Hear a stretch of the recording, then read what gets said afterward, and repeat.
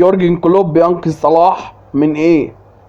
هل احمد القندوسي يكون عائق لصفقة المهاجم اللي جاي؟ وتحرك الخطيب وصدمة موعد السوبر الافريقي بالنسبة للنادي الاهلي، وهو لسه اصلا ما عملش فترة اعداد. وملياردير الزمالك الشاب ينقذ الزمالك وتجديد عقود بعض اللاعبين. نعرف كل ده بس بعد الفاصل.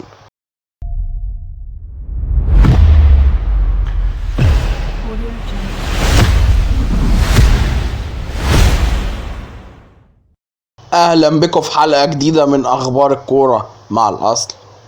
قبل ما نبدأ حلقتنا يا ريت تصلي على النبي ونبدأ اخبارنا ونقول وسائل الاعلام السعودية تتناقل الاخبار وتقول ان السوبر الافريقي هيكون يوم 15 المقبل، السوبر المصري. وسبق قبل كده حذرنا في قناة اخبار الكورة من الموعد ده، هو يوم 15 سبتمبر، لان منتخب مصر عنده مباراة مع اثيوبيا، يوم 8 مع اثيوبيا ويوم 12 مع منتخب تونس. وبعدين هنسافر الى الطائف يوم 13 وتريح 14 تلعب 15، فدي تبقى مشكلة. وانت لسه راجع من معسكر اعداد عمال تتخانق عليه لعيبتك هترجع يوم 6 ولا يرجعوا يوم 4. ولكن مصادر رفيعة المستوى باتت تؤكد في الاتحاد الافريقي، مصادر في الاتحاد الافريقي باتت تؤكد لوسائل الاعلام المغربية والمصرية والسعودية والجزائرية ان موعد مباراة السوبر الافريقي الجديد يوم 15 سبتمبر المقبل، وان الاتحاد السعودي لكرة القدم وقع اتفاقية مع الاتحاد الافريقي على مباراة السوبر وتنظيم بعض الفعاليات وما بينهم في المرحلة المقبلة. وسبق قبل كده اعلاميين ومسؤولين كبار حذروا من هذا التوقيت وخطورة التوقيت، بس محدش كان منتبه. ليه؟ لان انت رايح تلاعب فريق جزائري ما عندوش حد منضم للمنتخب الجزائري، فمش مجهد ولا ناقص لعيبه، فانت ايه اللي ممكن تخسر في المباراه دي. نيجي بقى لجزئيه محمد صلاح، ناخد طرفه كده بس هنكمل لكم الباقي في الاخر.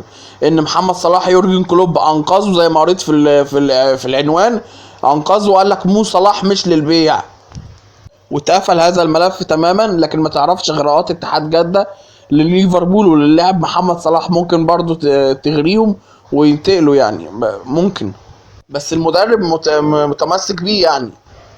ولكن ممكن صندوق الاستثمارات السعودية ممكن يوصل لحد فين في هذا الامر، وما تعرفش برضو الاغراءات التي ممكن تحصل مع محمد صلاح وليفربول. في اي لحظة اعرفك تلاقي الدنيا اتغيرت، وممكن تلاقي لاعب في اتحاد جدة ويزامل كريم بنزيما. لكن حتى توقيتنا هذا اللي انا بكلمك فيه اكد الكابتن مستر يورجن كلوب ان محمد صلاح مش للبيع وهو باقي في الفريق. طيب نيجي في الجزئيه الثانيه، لايك وشير وصلي على حبيب قلبك يتيب ويرضى عنك رب العالمين ويرضيك عشان اخش معاك في الجزئيه الثانيه. نيجي بقى على جزئيه في نادي الزمالك قبل ما اروح لك على تحركات كابتن محمود الخطيب ومحمد صلاح باستفاضه عن موضوع محمد صلاح، وعن هل سيرحل القندوسي ولا يكون عائق في صفقه المهاجم اللي جايه.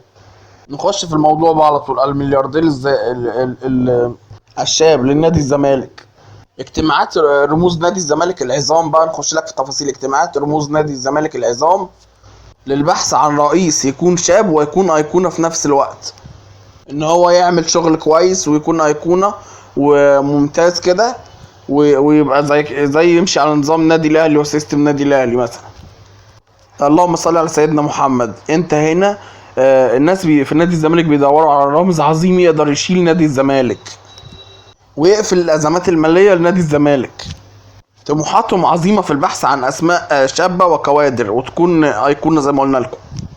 الاسامي المطروحه حتى وقتنا هذا حسين لبيب والجنرال احمد سليمان بخبراته السابقه، وحسين لبيب بعمله السابق في نادي الزمالك. لكن الرموز اجتمعوا في اجتماعاتهم اليوميه فاستقروا على عاوزين ملياردير شاب يا جماعه. شاوروا على اتنين، اسمع جديد بقى. الاول هو ايمن ممدوح عباس، نجل رئيس مجلس اداره نادي الزمالك السابق الاستاذ الباشمهندس ممدوح عباس، وتم التواصل مع والده ممدوح عباس لمعرفه رايه. خلي بالك ان الاستاذ ايمن ممدوح عباس هو اللي بيدير كل الشركات العالميه، شركات والده هي شركات عالميه، بسم الله ما شاء الله تبارك الله. ده مش موضوعنا، بس حابين نديك نبذة عنه يعني. فعشان كده عاوزين ملياردير يرقص نادي الزمالك عشان يضمن له ضخ مبالغ مالية كبيرة.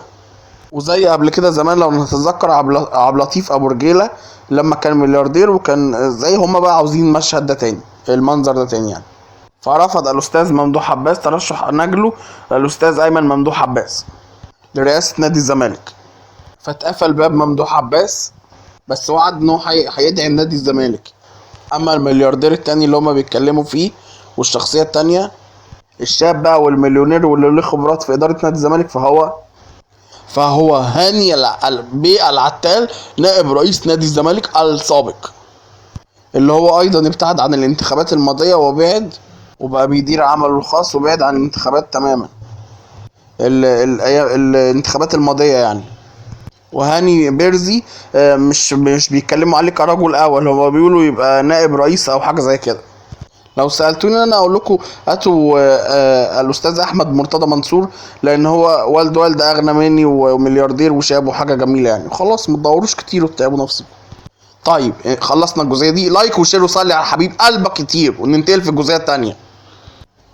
في موال من جمهور النادي الاهلي انا مشفق عليه منه، اللي هو موضوع المهاجم، هنتكلم فيه في استفاضه دلوقتي. في كل مكان وكل زمان تسال الجماهير بتسال على المهاجم اخباره ايه، المهاجم جه ولا لسه، المهاجم ماضينا معاه لسه. وانا عندي معلومات، وارجع لفيديوهاتي هتلاقي ان انا بتكلم ان هو مضى مع لاعب صن داونز. كان في كلام معلومه يعني وصلت لنا ان هو مضى مع لاعب صن داونز. تقدر تشوف الفيديو في القناه عندنا، وممكن ارفعه لك في حرف الاي. فانا في رايي الشخصي ان لما اسئله جماهير النادي الاهلي وكتيره كده على المهاجم، فانت لو جبت لهم حتى كريستيانو رونالدو الاسطوره هيتحسب عليه عفوا الهفوه والنفس، الفرصه، الهمسه، النفس كده يعني، الجري في الملعب، كل ده. بصوا يا جماعه، نحن نشفق على هذا نشفق على اي مهاجم قادم بسبب اللي هيحصل معاه ده يعني. وانا اشفق على اداره النادي الاهلي في ان هم لسه ما تعاقدوش ما اعلنوش عن اللاعب اللي جه. بس انا بقول لك خلصوا مع اللاعب البرازيلي سوزا، وانا منزل فيديو وهم اداره الاهلي، مسؤولين من اداره الاهلي قالوا لنا ان هم خلصوا مع سوزا. انا لسه منزل لك الفيديو ده، هتشوفه برضو في القناه. احنا مش سايبين، مش حارمينك من حاجه اهو. ريت بقى اللايك لو الفيديو عجبك. احنا لسه مكملين ولسه هنقول لك تحرك كابتن محمود الخطيب في ايه في اخر الفيديو. نيجي بقى لحته احمد القندوسي. نيجي هما بقى المسؤولين النادي الاهلي بيجوا للقندوسي مش عارفين يحلوا ازمه احمد القندوسي. دلوقتي في النادي الاهلي في مساله المهاجم بقت المعضله هي القندوسي، احمد القندوسي. انت جايبه في يناير مش في نهايه الموسم، يعني ما كانش عندك ضروره ليه. فاحمد القندوسي زي ما قلنا لكم قبل كده، كان برضو معلومه واصلنا ان اتكلمنا ان احنا قلنا ان هو مضى مع نادي سيراميكا وهيكون تحت قياده ايمن الرمادي والكلام ده كله. لا، بنقول لك ان هو لسه هو المعضده في النادي الاهلي، ان هو مش عاوز يسيب الاهلي. فما كانش عندك ضروره ان انت تجيبه، احنا جبناه في يناير يعني ما كانش عندك ضروره ان احنا نجيبه. بس اللي كان عندك ضروره ليه ومحتاجه اساسيا المهاجم، بس احنا فشلنا في يناير اللي فات وفي الصيف اللي فات. وكهربا ربنا كرم جمهور النادي الاهلي وانقذهم. احمد القندوسي حاليا انا اقول لك الامر اللي بيدور معاه، كل شويه يقعد يتفق مع نادي ويرجع في كلامه، يتفق مع نادي زي ما احنا بنقول لكم في الفيديوهات ويرجع في كلامه. وبعدين في حاجه في حكايه احمد القندوسي دي، يقول لك ايه، اصل كولر عاوزه تحت عينيه. وساعه ما جيم بوك ال نادي جيم بوك لما خلص مع سوزا، مش عارفين نخلص من القندوسي، فممكن دي العائق اللي واقف قدام سوزا نيجي النادي الاهلي. طيب اديني بقى عقلك في المهاجم اللي جاي، اللي ماستر مارسيل كولر قال لك ايه، 80 مليون واحد على رأي كولر بيشجع النادي الاهلي. يبقى اذا كل ال 80 مليون واحد دول هيبقوا باصين على واحد فقط، وهو المهاجم رأس الحربة الجديد. طيب الضغوط النفسية والعصبية اللي هيتعرض لها، هل تتوقع نجاحه؟ ده محتاج كده اعصاب من فولاذ يا جماعة. باختصار في الموضوع ده عشان ما نطولش على حضراتكم فيه، فالفكره دلوقتي ان هو في بطء شديد في المهاجم وفي التخلص من القندوسي. نخش في موضوعنا التاني، بس اللايك وشير وصلي على الحبيب سيدنا النبي محمد عليه افضل الصلاه والسلام. يلا بقى نخش الموضوع. نخش بقى في اخر جزئيه معانا في فيديونا النهارده، ان ايه تحرك الكابتن محمود الخطيب انه هيعمل استاد فيه واستاد وخد الارض وخد الرخص وكل حاجه، بس لسه ما نفذش ولا وقع. وخد الرخص، وده انجاز لكابتن محمود الخطيب وحلم كبير. واقول لكم افرح يا اهلاويه، ولو فرحان تعمل لايك. ويا بخت اللي كمل معانا الفيديو لغايه الاخر عشان يسمع بقى حته الكابتن محمود الخطيب دي في الاستاد، وهيتعمل في الشيخ زايد مش في حته تانية. فسالنا في الموضوع ده، قلنا ليه ما يعملش الاستاد في العلمين الجديده. قالوا لنا ان هو مخلصين الموضوع في الشيخ زايد وعاملين تراخيص واخدين الارض وكل حاجه، فليه يروح يبدا من الصفر في العلمين الجديده؟ يعني يبدا الاجراءات من صفر. وكمان اداره النادي الاهلي قال لك فين الجمهور اللي هيروح للعاصمه الاداريه؟ قالوا حته برضه استراتيجيه كده وذكيه. احنا كنا بنقول استاد الاهلي والسلام ده بعيد، هنودوهم العاصمه الاداريه؟ يبقى اللي رايح مسافر. فالاستاد فيه ترتيبات وتباديل وتوافيق كثيره في هذا الملف، ياخدها الكابتن محمود الخطيب. ترتيبات وتباديل كثيره في هذا الملف ويخوضها الكابتن محمود الخطيب، وباذن الله يتم التوفيق في هذا الامر. وقولوا لي اسئله حضراتكم في الكومنتات على اي حاجه عاوزين تستفسروا عنها. يا ريت تقولوا لي اسئلتكم، وتكتبوا لو انت اهلاوي تكتب عاش الخطيب في التعليقات، وتسالوني برضو اسئلتكم. في سؤال هنا كان بيطرح لي في الحلقه اللي قبل كده، بيقول لي ان ايه، ان الكابتن سوزا، لاعب سوزا، بيجلس على مقاعد البدلاء في المباراه الاخيره. فبقول لك هي المساله دلوقتي ما بقتش سوزا، المساله بقت هو جيم بوك وافق عشان فاضل اللاعب فيه شهر او شهرين ويذهب فري يعني. فالمساله ما بقتش سوزا، بقت احمد القندوسي هي المساله الاهم والاكبر في النادي الاهلي والتخلص منه. فانا كده رديت على سؤال حضرتك اللي انت كنت تسالوني قبل كده. اكتبوا زيه برضو في الكومنتات وهرد على حضراتكم. حد بيسالني تاني اهو، بيقول لي كابتن خطيب ممكن يقعد مع القندوسي وبيقنعه بكل حاجه. بص انا مش عاوز احمل على الكابتن محمود الخطيب كل حاجه، لان الكابتن خطيب ولا هو مدير كوره، ولا هو مدرب النادي يعني، ولا هو مدير الفني للنادي. مش كل حاجه يبقى الكابتن محمود الخطيب. واللي انا عرفته ان الكابتن خطيب اتكلم في الموضوع ده، بس الكابتن خطيب يا جماعه اسطوره، ما بيقعدش يتكلم في تفاصيل والكلام ده. فملف اصبح غلس عند لدى جمهور النادي الاهلي هو ملف احمد القندوسي.